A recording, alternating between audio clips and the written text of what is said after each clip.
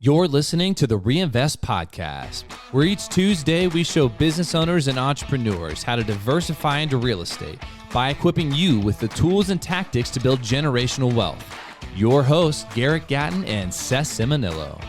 Hey guys, another great day on the Reinvest Podcast, episode 125. If you listened to last week's podcast episode, Seth and I painfully waded through some lending dumb tax that we want you to avoid. And I've even learned some more since then, believe it or not. It just seems like there's always something new when you're dealing with banks and different properties and different loan products. So yeah, you want to be sure that you know what kind of loan product you're getting before you put a house under contract. So I just had a little bit of a faux pas where I had to go to a seller and sheepishly just tell them, hey, sorry, I thought I was ready to go on financing, but I actually cannot get this loan. So that was pretty embarrassing, but it happens to all of us, and the seller was super gracious. And so the moral of the story is know what loan product you're getting, and then be quick to just have egg on your face and apologize and do the right thing and communicate instead of trying to string some along for 2 or 3 weeks and then tell them you can't get the financing. So it all worked out. So I felt pretty good about that. But the only way, you learn that stuff, it's easy to talk to people who have been investing for a while and you're just kind of in awe at the wealth of knowledge that they have. The only way they got that though was through experience and education, but you have to then apply it. So don't get discouraged if you have a deal and something unforeseen happens. It comes with the territory. And really, real estate investing is about you got to have that grit muscle, that perseverance muscle, because it's not straightforward. There are a lot of variables. So today, though, we're going to get into a really cool topic that I think I can actually relate to because of my journey and my family background, some of the financial literacy that I kind of came from and had to wade through. And our guest today has his own story with that. And so with us is Stan Remling. How are you? I'm great. Thanks for having me on. So Stan, you're a Floridian, huh? I am. I was born and raised in Florida. I guess there's not many of those out there. And I do love the sunshine. At my age, I've learned to dislike cold and snow and enjoy bright and sunny. And so I would say Florida helps with that. Yeah, I would say most of the world has somewhat of a dislike for the cold. Not me. I do. Nope. I'll never forget. Especially at the end of winter, right? At the beginning of winter, some people love it. It's fun. But then like 4 months later, they just want some sunshine. You'll get me to concede on that point. It is a little too long. I'll never forget the time I watched a guy from Rwanda who was a missionary coming into our area step off of the plane in like February. He'd never seen snow, didn't own a winter coat. And when that air hit his face off the tarmac, that man found Jesus. It was funny. It was funny to watch that happen. So, well, very cool. But so tell us a little bit about where you are today, about Follow the Deal, some of your real estate holdings, and then we're going to jump back to the very beginning and get some context. Great. Yeah, I'm part of a company called Follow the Deal. I have a partner, Ross MacArthur, who you've met once before. We've had before. Yeah, we've had Ross on the podcast. I don't know what episode that was, but go back, check it out, find his name. Yeah, he's the gazillionaire with a monocle and a fancy hat. He has a much prettier face than I do, too, of course. And so together we've kind of started this group investing brand. To date, we have, I think, about 720 doors under management, mostly all in Indiana, within an hour of Indianapolis. That's kind of the radius that we've been looking at. We do have one property in southern Michigan. It's a smaller one, but 99% of our focus is in Indiana, the state of Indiana, in the tertiary markets of Indianapolis. And a year ago, almost exactly today, we also launched an integrated property management company to help manage our portfolio. Nice. Wow. We don't offer that service out. It's just in-house, mostly because we just was we weren't not very satisfied with our other management partners. Yeah. And after letting them go and letting them go and letting them go, we said, let's just do this ourselves. And at that point, we had enough inventory where it made fiduciary sense, where it wasn't a cost center, but more of a profit center. Right. Nice. Okay. Yeah, that seems to be an evolution I've seen a couple of investors take. Not everybody, but if you're not finding that service that you need for your investors or for your own assets. Property management is really hard. And I think a lot of investors just find once their portfolio hits a certain scale, they just have a higher standard too on what they need for their properties. And, if you have a portfolio of 600 or 700 doors, it can get out of control real quick if you have a lot of vacancies, and it can really start to spiral. So that's pretty cool. We've seen, quite a few operators bring management in-house like that. Stan, I think one thing for our episode today that I really want to get into, and it sounds like this was a part of your story, your journey. A lot of people make the assumption that, if somebody's dealing in real estate or even financial planning, that they just were born with this innate sense of how to make money, how to manage money, how it works, all that stuff. And I sure didn't come from that kind of background, and I've learned a lot of these lessons over time. And it sounds like you kind of have your own journey with learning and gaining that financial literacy. Yeah, I do. It's a little shocking when I talk to some of my family members, my brother and my mom, about the transactions that we're doing. It's like, oh, we're looking at this new property. It's $9 million. We're going to have to raise a couple $1,000,000. And they just look at you like you're an alien. Like, what in the world are you talking about? Are you like Donald Trump? I'm like, no, it's millions, not billions. And, fast forward to now, that's like my life. And, to go back I'm 50 years old. So go back to when I was, 5 to 10 years old. My parents were, they raised me and I have an older brother, 5 years older than me. And we were raised in a really small house, lots of love, lots of support, lots of humanity, lots of humanitarian rules. We got taught a lot of how to be good humans, right?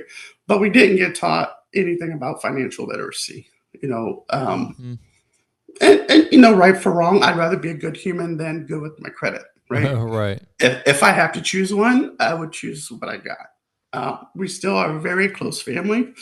My mom's still with us. My dad passed about 8 years ago now. And so I took that good humanitarian. I was the first in my family to go to college. I excelled in high school, book learning, scholastics. I was great. My brother, he was more of the athlete. He didn't like school. So he was doing athlete stuff, ended up joining the military, taking a different path. I went to college. I went to a small college in Georgia, Mercer University in Macon, Georgia. Go Bears. One of the largest Baptist universities in the country, or the world, actually. Really? Oh, really? I was on path to go to biomedical engineering. My senior year in high school, I learned I didn't like organic chemistry. It made no sense. So my pre-med track kind of got diverted.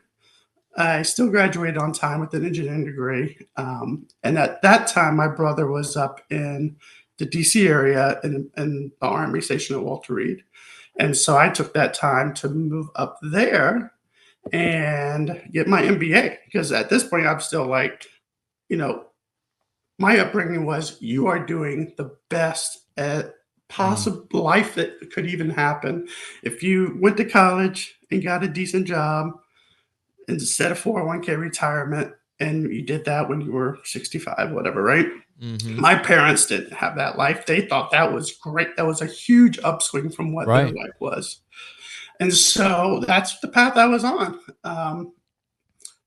Because I didn't have a whole lot of financial literacy when I went to college, in the campus square, they have all these booths like, come get a free mug, get a t-shirt, sign this credit card. You get 500, you get 2,000. So, freshman year, I probably had 8 or 10 credit cards. Oh, my word. And I had all this awesome merch, right?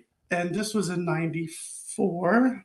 Not to date myself, but so I graduated college with debt. How much debt do you think you had when you graduated college between credit cards and student loans? Oh, a lot. Because at that time, Mercer was, I think, 25,000 a year, um, and I did it on scholarship, student work study, Pell grants, and student loan. So probably when I graduated college, I had probably $75,000 in debt, easy. Mm-hmm. And I didn't learn my lesson with how credit cards work. You pay the minimum and you pocket the rest of your salary, right? Not knowing that then kicks it down decades, not just months. And so I became a young employee. I was making $50,000 a year, getting my MBA, got my MBA, got into management with big IT companies, big global companies. Now I'm making $75,000, $80,000 a year, keeping that same credit mindset. Like, oh, this is easy. I can spend this, not having a budget at all. So ironically, you're making more money, but you're spending more money. You kind of had that lifestyle creep of like your disposable income really wasn't going anywhere or working for you. Not at all. Not at all. And I was only digging the hole deeper, right? My money was only going to interest, not even principal. And so my credit hole was only getting deeper by the day. And I didn't know it. I mean, I didn't know this.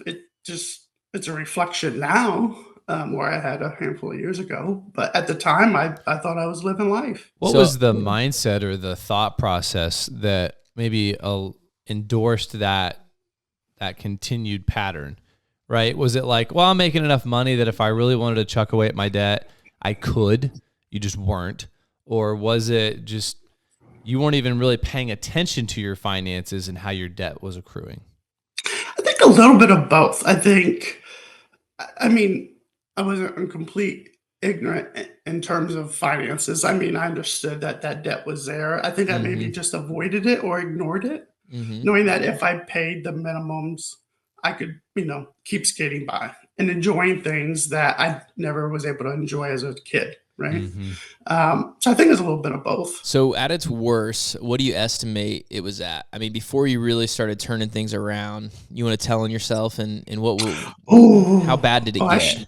I should ask my wife this. Now when I got married, and I'll answer that question, but I want to say it was at least $100,000. Yeah. But a lot of that was student loans, right? Right. A lot of it's student loans, and just bad debt, bad credit card debt. And, the interest rates kept hiking. And then fast forward a few years, I met my wife while I was living up in the DC area.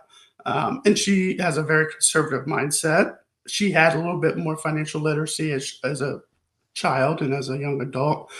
And so she kind of saw what was happening with me and said, okay, what's happening here? And so she actually took it upon herself to rope my finances in check, even without me knowing. Yeah. Oh, wow. What way? So go ahead. Well, I think she saw the notices I was getting and then got plans set up for payments. Oh, wow. And so I have a lot to be thankful for her. One of them, one small one is the finance piece. And part of that kind of it rolled into, me being also not on the conservative side of life when it comes to like taking chances. And it's probably because, I know what it's like to have $5 in your pocket to live on for a week from being a really young person. So I'm more eager to take chances on that, snake oil salesman pot of gold, like, from the movies than she is. And so I think she understood that. And so she always kept me in check when there was this other cool idea out there that we could maybe latch on to. Now, at the same time, we both have W-2 jobs. So it's not like I would quit and go try something crazy and then fail and then go try something else crazy. It was always like a side hustle or side gig, in addition to the kind of a steady W-2. So we still have that steady W-2 income, both of us do. So you were kind of climbing the corporate ladder. You had bad financial habits. You were playing the credit game like a lot of Americans are still doing. I mean, there's like $1 trillion of credit card debt hanging out there. Mhm. So what was the turning point? And this is a real estate podcast, so I think we can all guess. But what was the turning point for you that things really started to turn around from a mindset perspective? Bitcoin. I'm just kidding. Exactly. I mean, he took a NVIDIA. No, no. It was probably two things. One was the book Rich Dad Poor Dad. Okay. Like I said, I was all about learning, and I still love reading and learning. A little bit of a different slice today than it was 10 years ago. But Rich Dad Poor Dad really put into words um, emotions and things that happened in my life and philosophies I had into actual words, which was kind of cool because it actually let me talk about those things in an intelligent way. Um, and it allowed me to realize that maybe I wasn't all by myself in this journey, right? Mm. And then also the second part was my wife, playing the credit card game, going to zero interest, paying something off, trying to be smart about that. And then having a really good friend who I trusted and I worked with for many years, jump into real estate um, and have success with it. And those two things kind of helped me both with mindset, like how I perceive money. And when I say mindset, it's mostly it was early on how I perceived money, and then also education on what money means, what's bad debt, what's good debt, and then other avenues to try to make money. So walk us through, you said you had a friend that had done real estate that you had worked with. So walk us through you jumping into the real estate bucket of things, and what was your first deal? How did you get into it? How did you even convince your wife, after all you had been through, to jump on board with starting to invest in property?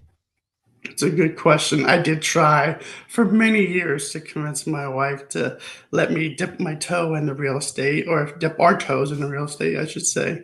Um, and that was like in 2010 ish. Okay. Um, so it was probably 5 years of really of this bigger pockets. That was my introduction. And then my really good friend, his name is Alvin.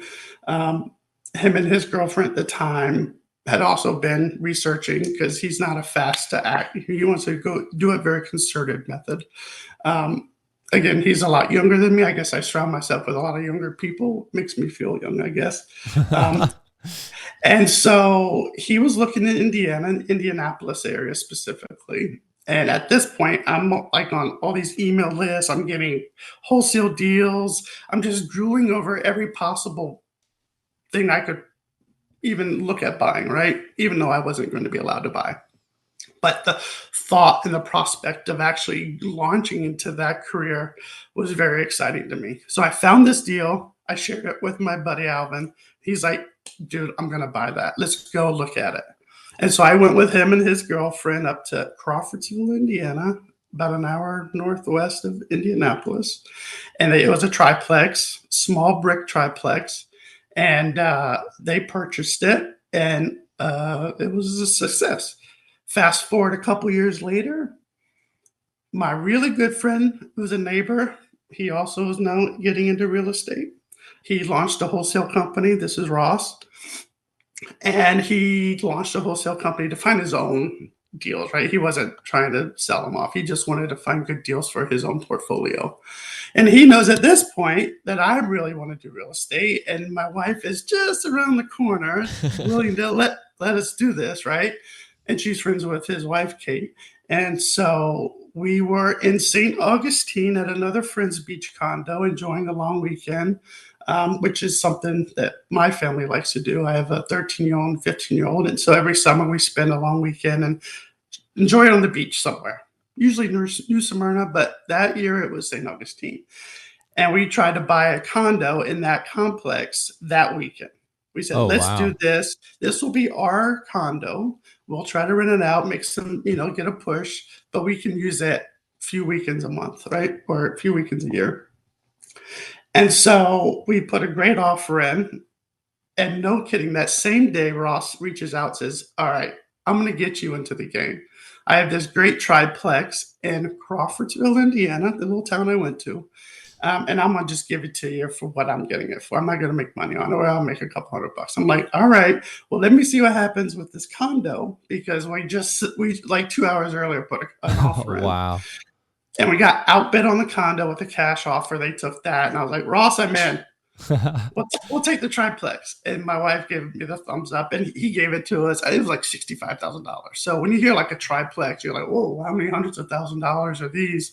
But it was $65,000. Yeah, people don't realize the Midwest is a little bit of a different breed as far as price points go. Properties are because different out here. even in our town where we live, I mean, there's a lot of, single families, duplexes that are, $40, $50, $60, $70, $80,000 still. So. And so that was our first launch, and it felt crazy. It felt immense. It felt heavy. My wife, I could see the fear in her eyes, because that's $65,000, right? That's a decent in knowing where I just came from, right? Like I was just in debt $65,000. At this point, we weren't in debt anymore. And so that was exciting and scary. Really Did you buy scary. it cash?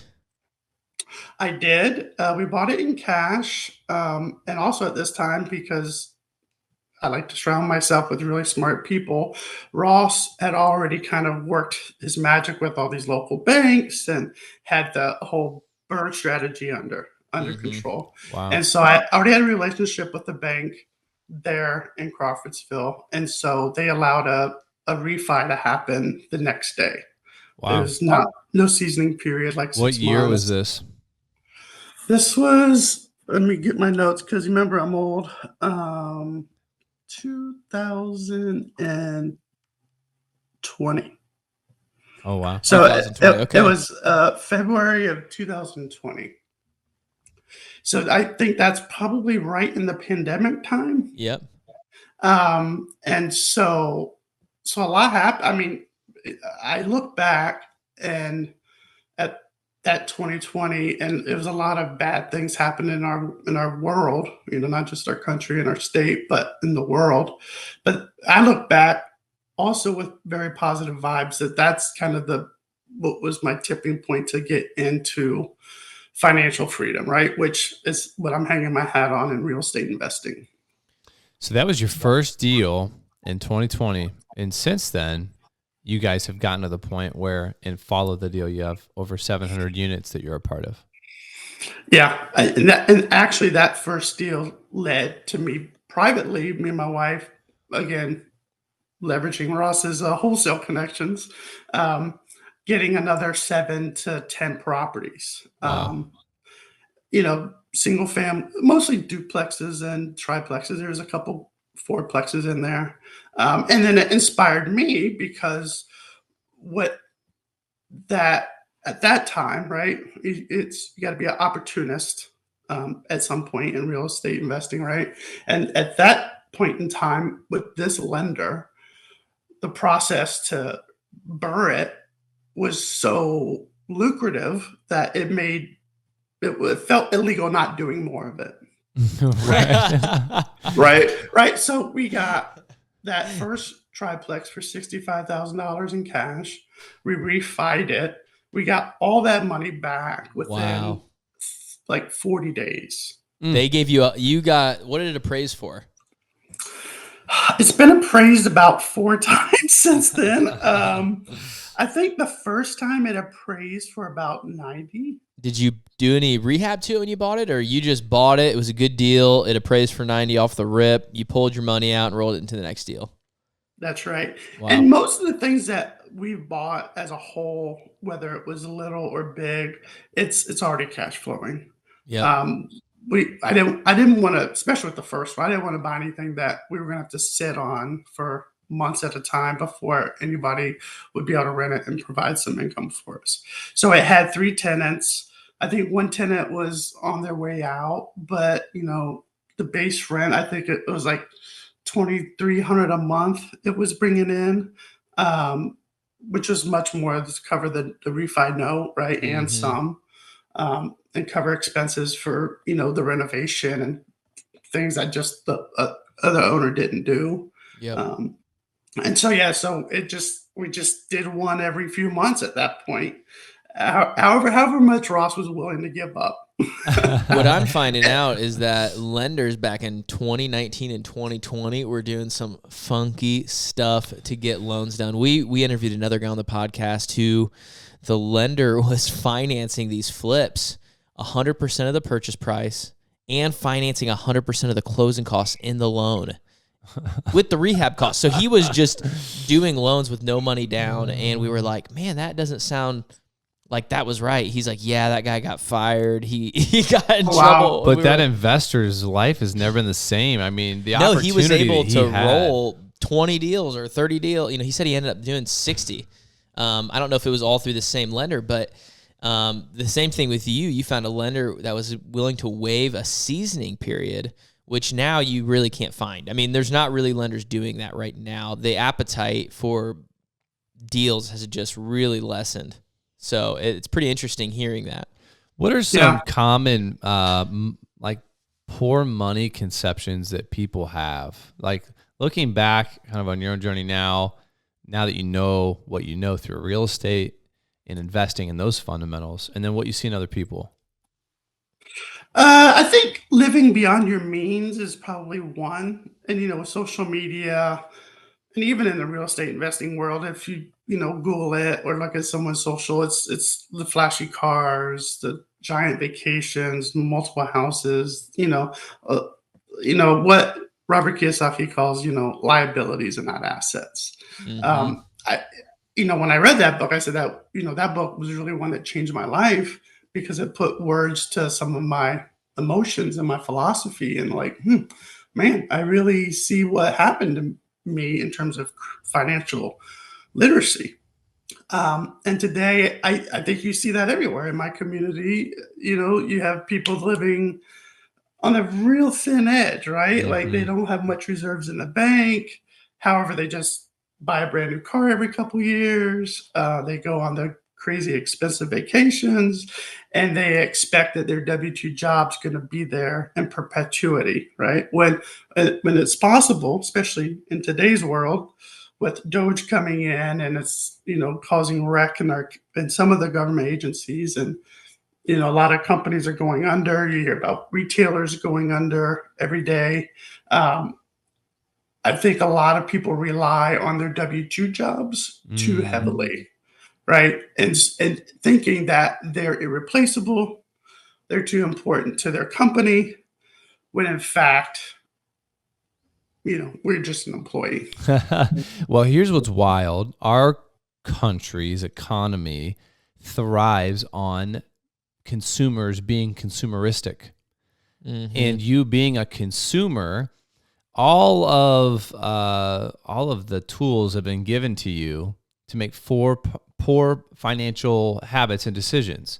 Mm-hmm. So with being such a credit-heavy society, there's no one standing there trying to hold you accountable as to what your personal financial house looks like. If you want to go out and get credit card loans, or you want to kind of rob Peter to pay Paul and always live on that thin margin, and get liabilities and encumber yourselves with monthly payments and obligations, you can do that. And so I think there's a discipline level that is required, either innate or learned. And if you look at the public school system, it does not encourage financial literacy. So this stuff isn't being taught to middle school, high school students. And then what do you do for college? Exactly what you did. You take out student loans, right? Because you got to get the job on the other end of that to make the money. And so there's a narrative that if you never get outside of that, you're just kind of a pawn, just kind of meandering along. And then you find yourself $100,000 in debt, and you don't really know how to make money or how to get your money to make money. And that was one of the biggest things with real estate that there were some lessons that I kind of learned in backwards. Was not very good at saving.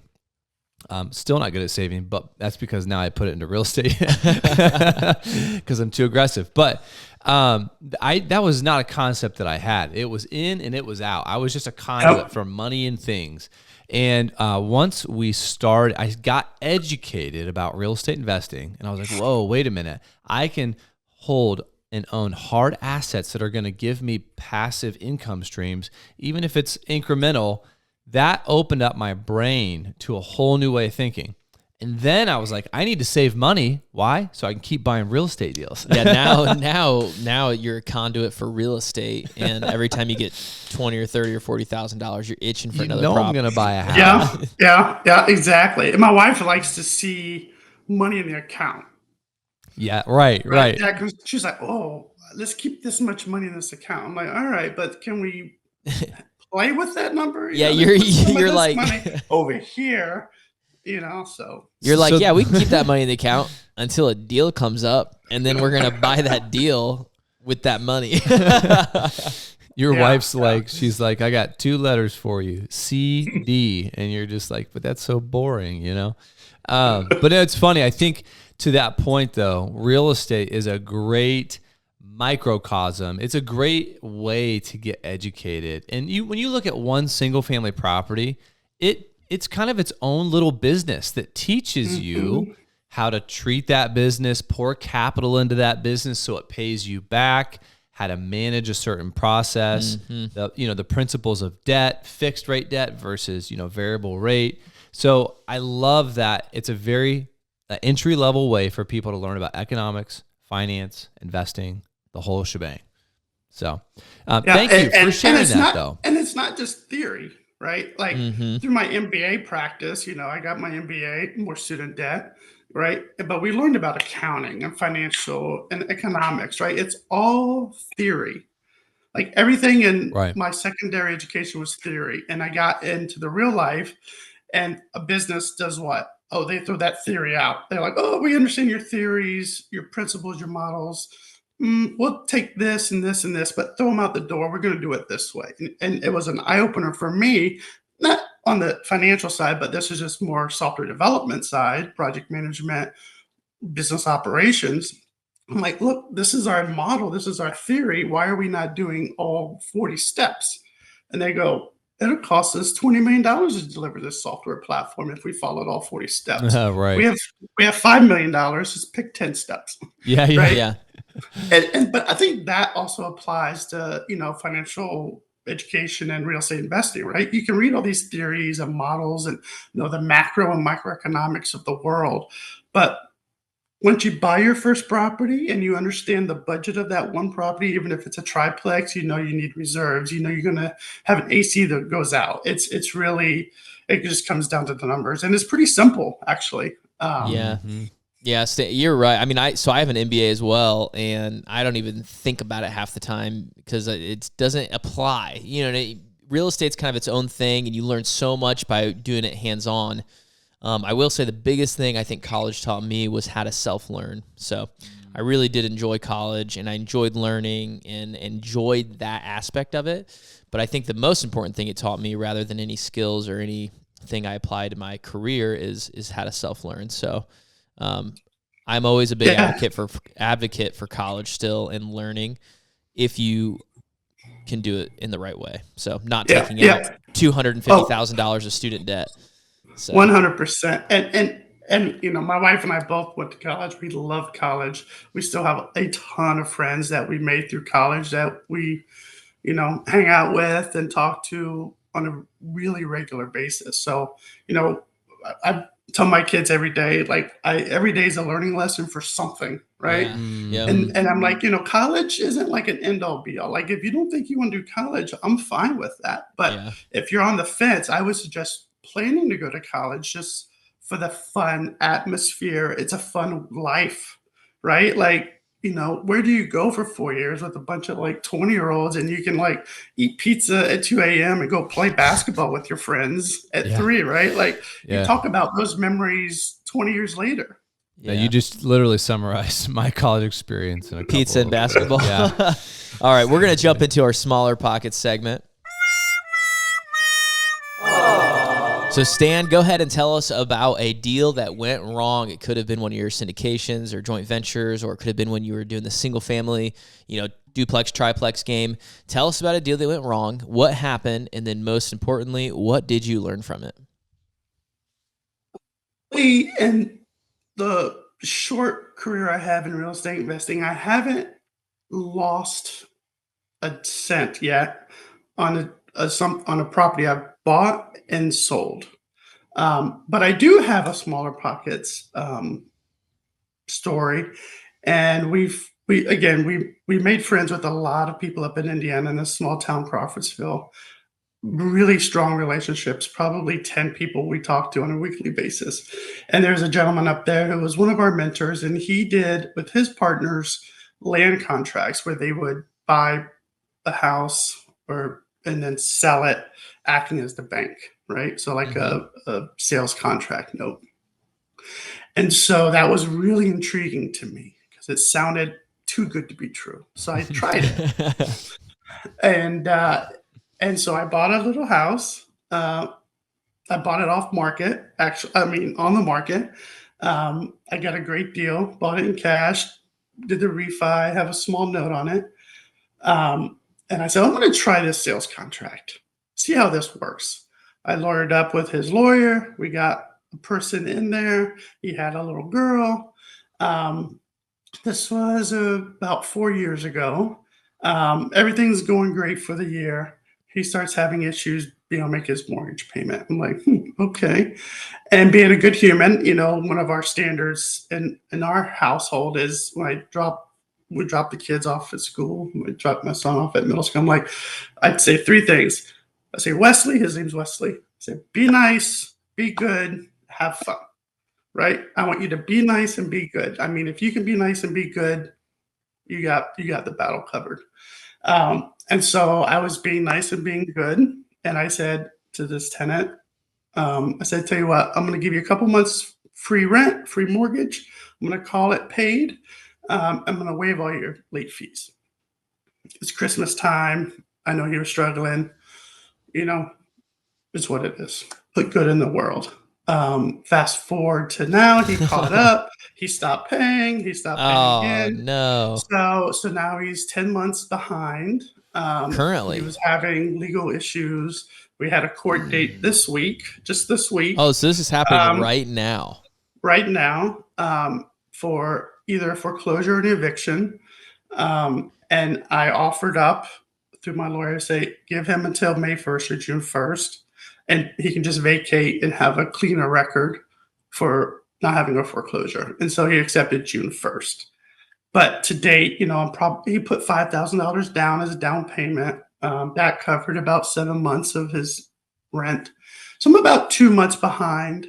And so let's say I do get the property back in June. It's a 2-bedroom, 1-bath house. And I think I owe 60 maybe. It'll probably hit the market for 135 after I put 25 or 30 into it. And so I think this kind of qualifies because there's still a lot of TBD involved in this story. So at the end, you'll probably do okay on that, but it's been the emotional turmoil and just, trying to do the right thing for the tenant. Unfortunately, sometimes things like that don't work out, and there's a reason why he's a tenant. Like, he's not a homeowner already. Right. Sometimes there's just, like what we're talking about, there's some financial education lacking. And so those are a lot of good lessons, though. I mean, did you learn any? I mean, do you think you vetted him improperly before you let him into the land contract? For sure. I didn't do enough vetting. And part of it, whether it was good intentions overruling logic and smartness.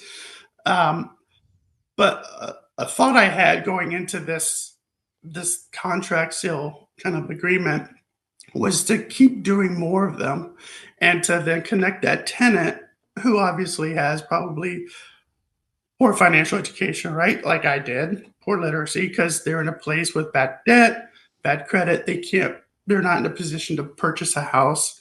But I wanted to connect them to counselors and the lender and start having them on a track to increase their credit.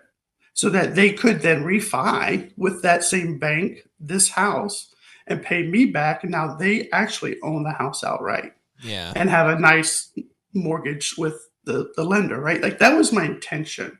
I think I was a little naive with that not everyone really wants to follow that path Yeah. or is ready to follow that path, right? Yeah. Maybe they want to, but like I was in my 30s, I wasn't quite ready to follow this path that I'm on in my 40s. Right.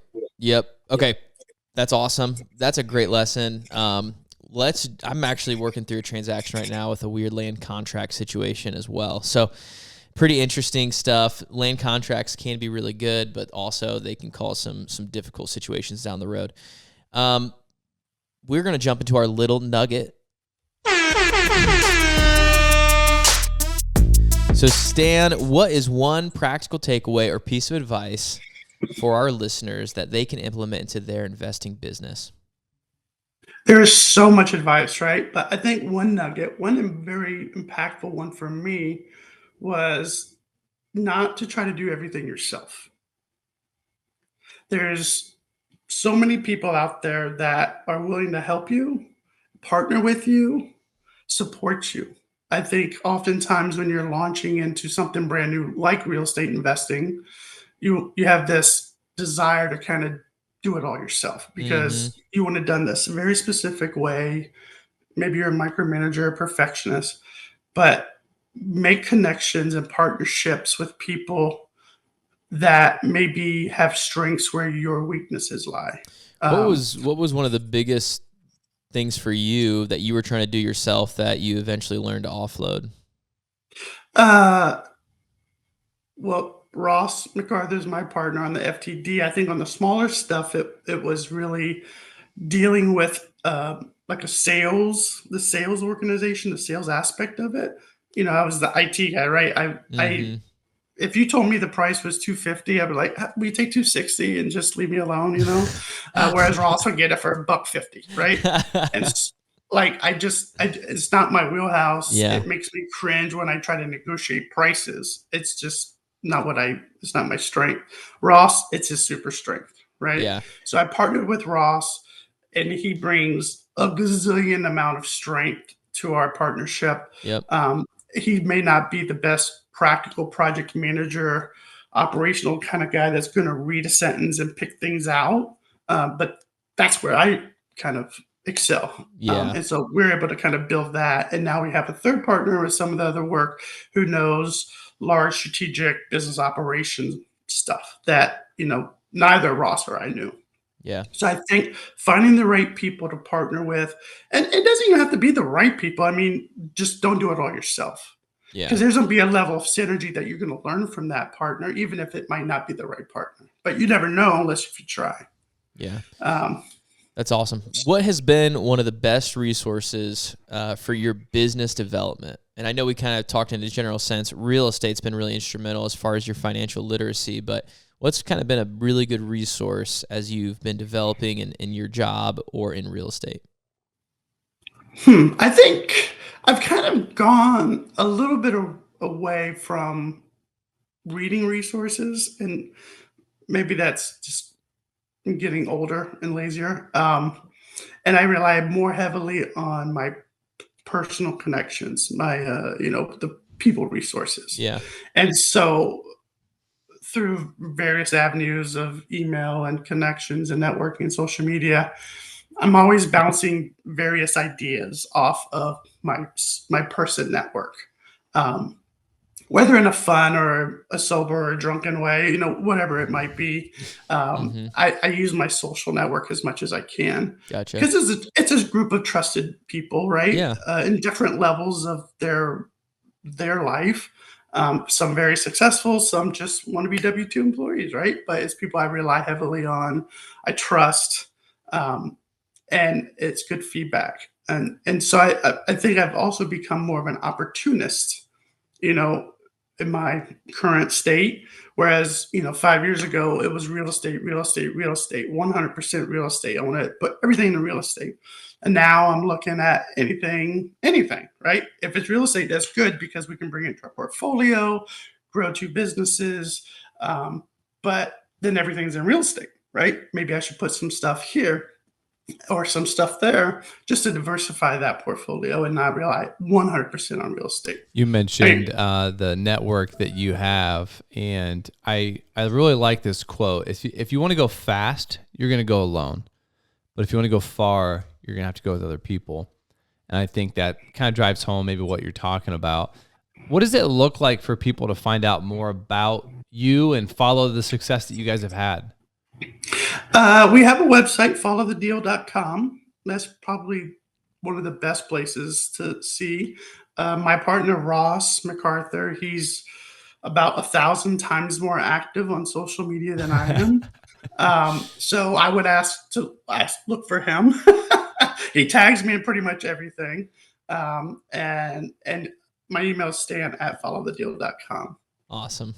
Stan, thank you so much for being transparent kind of about where you come on this journey and talking about the awesome stuff you guys have going on. I think everybody can relate to something in your story, and we want to look to people to where they are today and discount maybe or not neglect to see everything preceding that, that's kind of made them who they are. So in these episodes, I like to break that down because I've learned more about people and I say, oh my gosh, I'm not the only one. Right.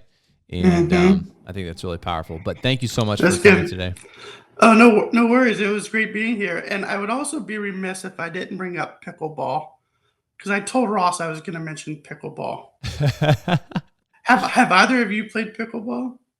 Ashamedly, no, I have not, which is amazing to me because I love that kind of stuff. I don't think for real. I think it was not the real thing. No, I don't think so. So my son's 13 and he loves playing pickleball to the point where we put a pickleball court in our backyard. Wow. You're dedicated. And so every day we're out there playing pickleball. That's amazing. I'm going to take that as a challenge to pick up a game of pickleball. We'll find it. Yeah. I know it's a big thing. Yeah, put some videos of you playing pickleball. All right. Well, thank you for hopping on today. We really appreciate it, and look forward to the next time we get a chat. Thanks, Stan. Awesome. Thank you so much. As always, excited that you joined us for another episode of the Reinvest Podcast.